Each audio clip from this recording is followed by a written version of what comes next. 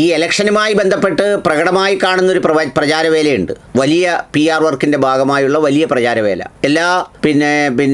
എല്ലാ പാർട്ടികളും ഇപ്പം നടന്നുകൊണ്ടിരിക്കുന്ന അതാണ്. സത്യം പറഞ്ഞാൽ ആ പ്രചാരവേല ഈ ചേമ്പിലേയും വെള്ളവും പോലെയാണ് കിടക്കുന്നത് പല മണ്ഡലങ്ങളിലും. എന്ന് പറഞ്ഞാൽ ഈ ഏജൻസികളെ വെച്ച് വലിയ വലിയ കൂട്ടൻ കട്ടൗട്ടറുകൾ മറ്റു പലതുമൊക്കെ ഓരോരോ പാർട്ടികളും സ്ഥാനാർത്ഥികളും ചെയ്യുന്നു. ജനങ്ങളെല്ലാം ഇത് ഞാൻ അത്ഭുതത്തോടെ നോക്കി നിൽക്കുന്നു. അവരൊരു ദിവസം രാത്രി ഉറങ്ങി എഴുന്നേറ്റ് നോക്കുമ്പോൾ അവരുടെ മുന്നിൽ മുട്ടനൊരു ബോർഡും സംഗതി എല്ലാം കൂടി ഇരിക്കുന്നു. പണ്ട് ഈ ചേമ്പലയിൽ വെള്ളം വീഴുന്നത് പോലെ മിക്സ് ആവത്തില്ലല്ലോ, തെന്നി അങ്ങ് പോകുന്നത് പോലെ. അതുപോലെയാണ് ഈ പ്രചാരവേല ബാഹ്യമായി നടന്നുകൊണ്ടിരിക്കുന്നത്. പക്ഷേ വാട്സപ്പുകളിലൂടെ ചില പ്രചാരവേല വളരെ തന്ത്രപരമായി അഴിച്ചുവിടുന്നുണ്ട്. അതിന് പല മാർഗങ്ങളും മാധ്യമങ്ങളും ഉപയോഗിക്കുന്നുമുണ്ട്. പൊതുസമൂഹം കാണണം, പൊതുസമൂഹം ഇതറിയണം. അതിനുവേണ്ടി പടച്ചുവിടുന്ന ഒരു വാട്സപ്പ് കുറിപ്പ് എനിക്കൊരു മാധ്യമപ്രവർത്തകനായ സുഹൃത്ത് കഴിഞ്ഞ ദിവസം അയച്ചു തന്നു. ആ വാട്സപ്പ് കുറിപ്പ് വായിച്ചപ്പോൾ എനിക്ക് ചിരി വന്നു. ഞാനതൊന്നും പറയണ്ട എന്ന് വിചാരിച്ച് ഒഴിവാക്കിയിരുന്നതാണ്. പക്ഷേ ഞാൻ എൻ്റെ ഒരു 1-2 സുഹൃത്തുക്കളോട് ചോദിച്ചപ്പോൾ അവർക്കൊക്കെ അത് ചെന്നു, അവരൊക്കെ അത് വായിച്ചിരിക്കുന്നു എന്ന് പറഞ്ഞതുകൊണ്ടാണ് അതിനെക്കുറിച്ച് പ്രതികരിക്കാമെന്ന് വിചാരിച്ചത്. അതുകൊണ്ട് എന്നെ കേൾക്കുന്ന പ്രിയപ്പെട്ടവരോട് ഇത് എല്ലാ ഗ്രൂപ്പുകളിലേക്കും വിക്ഷേപിക്കണം എന്ന് ഒരു വിനീതമായ അഭ്യർത്ഥനയുണ്ട്. ആ കുറിപ്പ് ഇങ്ങനെയാണ്: ക്രൈസ്തവ ഭൂരിപക്ഷമുള്ള മണ്ഡലങ്ങളിൽ തന്ത്രപരമായി മുസ്ലിം ലീഗിന് ആധിപത്യം ഉണ്ടാക്കുവാൻ വേണ്ടി ലീഗിനോടൊപ്പം ചേർന്ന് നിൽക്കുന്ന അവരുടെ ആളുകളെ മത്സരിപ്പിച്ചു. ആ മണ്ഡലത്തിൽ ആധിപത്യം സ്ഥാപിച്ചു ഭാവിയിൽ ആ മണ്ഡലം പൂർണ്ണമായും തങ്ങൾമാരുടെ കീഴിലേക്ക് കൊണ്ടുവരുന്നതിനാണ് ഇപ്പോൾ കണ്ടുവരുന്നത്. ഉദാഹരണം പറയാം. ക്രൈസ്തവ ഭൂരിപക്ഷ മണ്ഡലമായ ആലുവയിൽ MO ജോണിന് ശേഷം മുഹമ്മദ് അലിയെ കോൺഗ്രസ് കൊണ്ടുവന്നു. പിന്നീട് 7 പ്രാവശ്യമാണ് ആ ക്രിസ്ത്യൻ ഭൂരിപക്ഷ മണ്ഡലത്തിൽ അയാൾ മത്സരിച്ചത്. അതിൽ 5 പ്രാവശ്യവും ജയിച്ചു. ശേഷം വന്നത് അൻവർ സാദത്ത്. അയാൾ കഴിഞ്ഞ 3 പ്രാവശ്യവും മത്സരിച്ചു, ജയിച്ചു. ഇപ്പോൾ 4ാം പ്രാവശ്യവും അയാൾ മത്സരിക്കുന്നു. അതുപോലെ മറ്റൊരു ക്രിസ്ത്യൻ ഭൂരിപക്ഷ മണ്ഡലമാണ് കളമശ്ശേരി. ആ മണ്ഡലം പാർട്ടിയായ മുസ്ലിം ലീഗിന് കൊടുത്തു. പിന്നീട് അവിടെ ലീഗിൻ്റെ ആധിപത്യമായി. ഇപ്പോൾ കൊച്ചിയിൽ മുഹമ്മദ് ഷിയാസിനെ മത്സരിപ്പിച്ച് ജയിപ്പിക്കുവാൻ വേണ്ടി കച്ചകെട്ടി ഇറങ്ങിയിരിക്കുകയാണ് കോൺഗ്രസ്.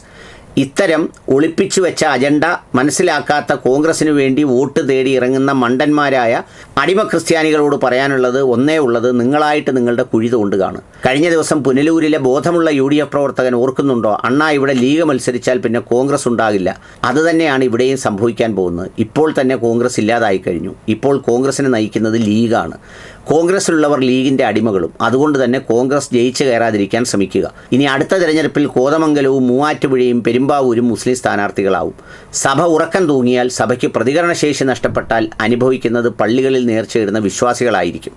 കേരള കോൺഗ്രസ് ജോസഫിനെ ഒതുക്കി ക്രൈസ്തവർ എവിടെയൊക്കെ ഒരുമിക്കുന്നുമോ അവിടെയെല്ലാം തുരങ്കം വെച്ചുകൊണ്ട് ലീഗ് സർവാധിപത്യം തുടരുകയാണ്. ഹിന്ദുക്കളെ സംഘപരിവാർ എന്ന് പറഞ്ഞുകൊണ്ട് ഭയപ്പെടുത്തി വോട്ട് വേടിപ്പിച്ചുകൊണ്ടിരിക്കുന്നു.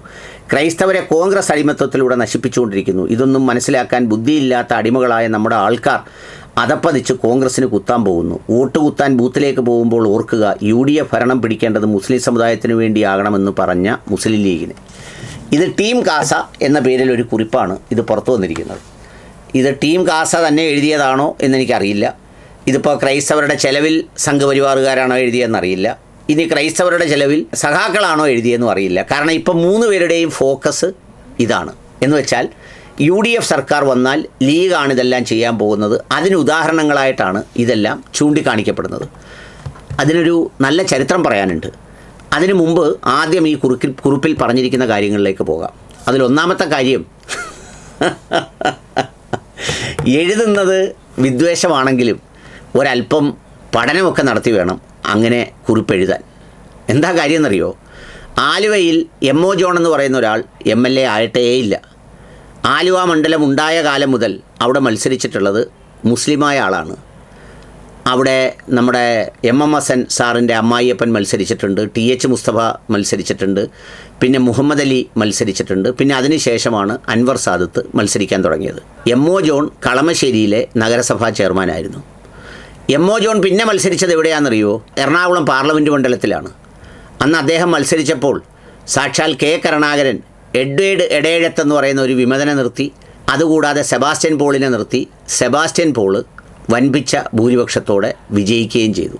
അപ്പോൾ ചുരുക്കത്തിൽ അവിടെ മത്സരിച്ചതും തോൽപ്പിച്ചതും ലീഗുകാരോ ഒന്നുമല്ല.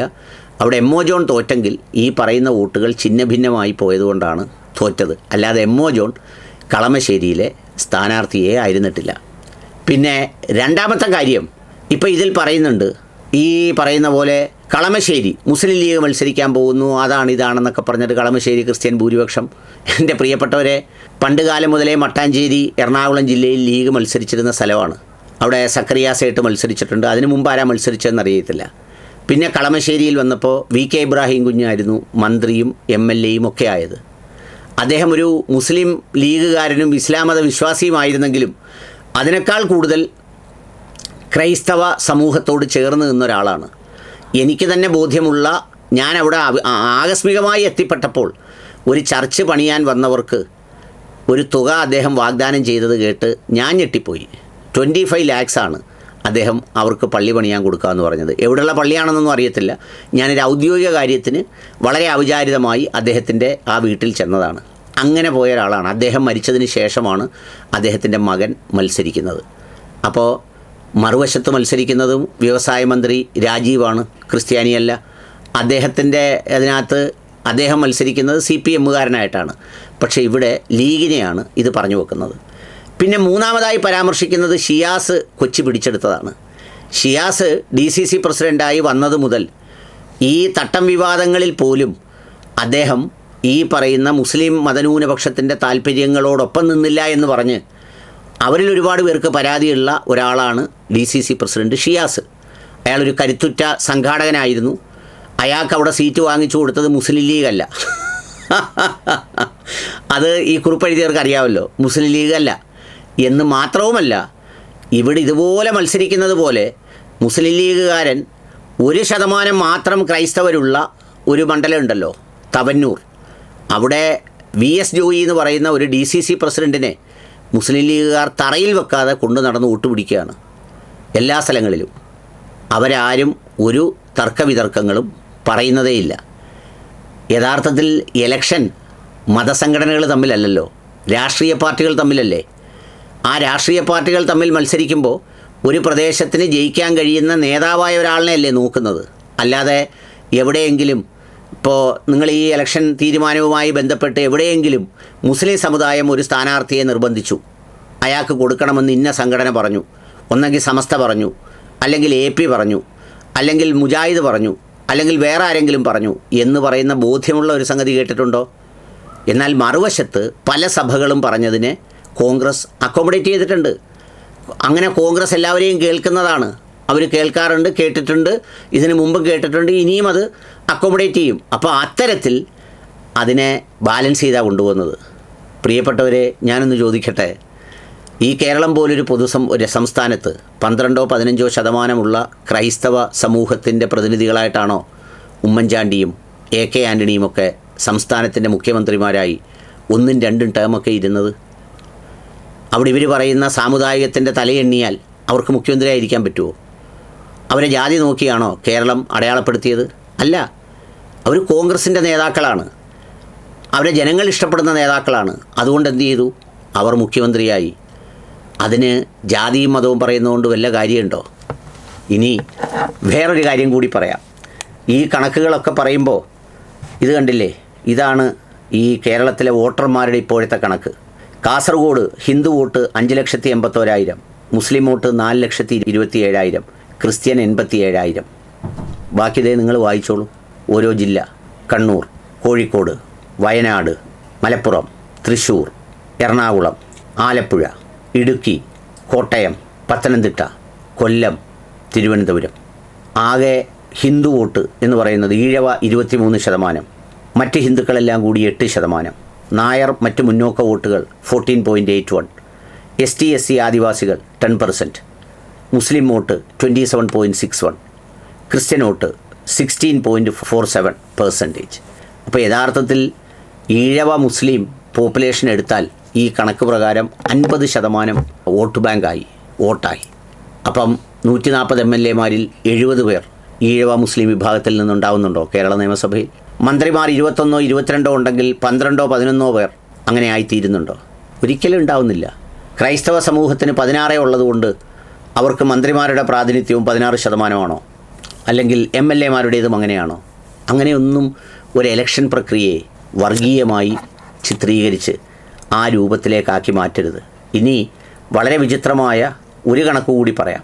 തിരുവനന്തപുരം, പത്തനംതിട്ട, ഇടുക്കി, വയനാട്, കോട്ടയം അവിടെ 36 സീറ്റുണ്ട്. ആ 36 സീറ്റിൽ LDFന് ഒരു മുസ്ലിം സ്ഥാനാർത്ഥി പോലും ഇല്ല. അതുപോലെ കോൺഗ്രസിൻ്റെ പട്ടികയിലുമുണ്ട് ഒറ്റ മുസ്ലിം സ്ഥാനാർത്ഥികൾ പോലും ഇല്ലാത്ത 4 or 5 ജില്ലകളുണ്ട്. അതൊന്നും ജാതി വെച്ച് കണക്ക് പറയേണ്ടതല്ലല്ലോ. അപ്പോൾ അതുകൊണ്ട് ഇത്തരം ജാതീയമായ സംഗതികളിലേക്ക് ഒരു സമൂഹം, പ്രത്യേകിച്ച് വിദ്യാഭ്യാസമൊക്കെയുള്ള ക്രൈസ്തവ സമൂഹം, അല്ലെങ്കിൽ വളരെ ബൗദ്ധികമായി ഉയർന്നു നിൽക്കുന്ന കേരളത്തിലെ വോട്ടർമാർ പോകരുത്. നിങ്ങൾ ചെയ്യേണ്ടത് നിങ്ങളുടെ രാഷ്ട്രീയ വോട്ടാണ്, നിങ്ങളുടെ സ്ഥാനാർത്ഥിക്കുള്ള വോട്ടാണ്, നിങ്ങളുടെ അനുഭവങ്ങൾക്കുള്ള വോട്ടാണ്, നിങ്ങൾക്ക് ഭരണത്തിൽ ആര് വരണം എന്നുള്ളതിന് ബോധ്യപ്പെടുത്തുന്ന വോട്ടാണ്. അല്ലാതെ ഇത്തരം വിഷം പുരട്ടിയ വ്യാജ കള്ളവാർത്തകളിൽ നിങ്ങൾ വിശ്വസിക്കരുത്.